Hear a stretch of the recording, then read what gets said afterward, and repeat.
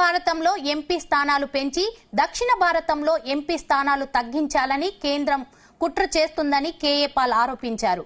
BJP సిద్ధాంతం ప్రకారం ప్రధాని మోదీ 75 ఏళ్ల వయసులో రిటైర్డ్ కావాలన్నారు. హిందీ భాషను బలవంతంగా దక్షిణ భారతదేశంపై రుద్ది తమిళ, తెలుగు, కన్నడ, మలయాళ భాషలు లేకుండా చేయాలని చూస్తున్నారని ఆయన మండిపడ్డారు.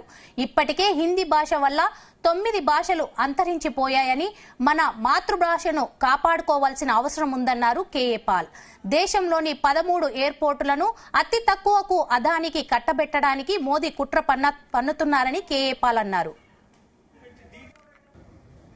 సౌత్ ఇండియన్ ఎంపీ సభ్యుల్ని తగ్గించి నార్త్ ఇండియన్ ఎంపీ సభ్యుల్ని పెంచి ఏకచక్రాధిపత్యం ఏలడానికే నరేంద్ర మోదీ అజెండా.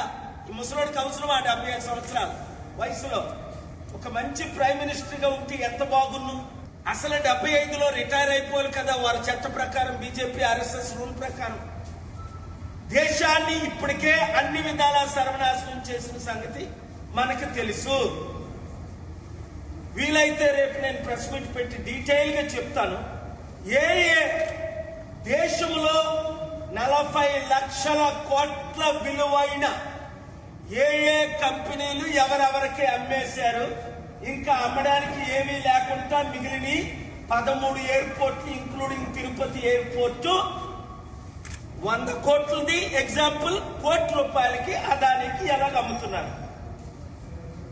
ప్రపంచమంతా నాకు మద్దతు ఇస్తుంది.